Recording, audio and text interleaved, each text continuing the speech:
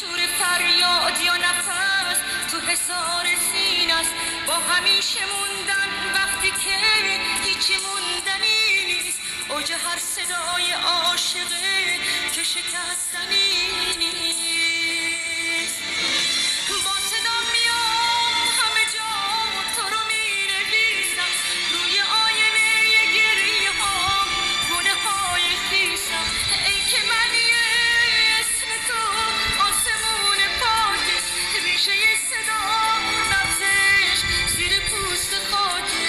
بیا بنویسیم روی خاک، رو درخت، رو پرنده، رو ابرو.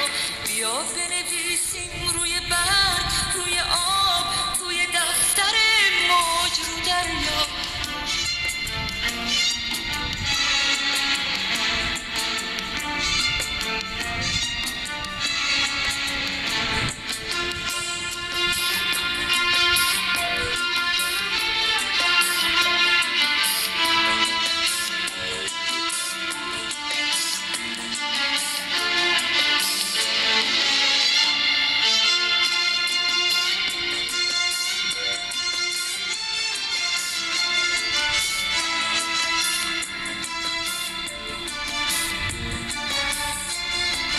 توی خواب خاک ریشه ها موسم شکفتن، هم صدای من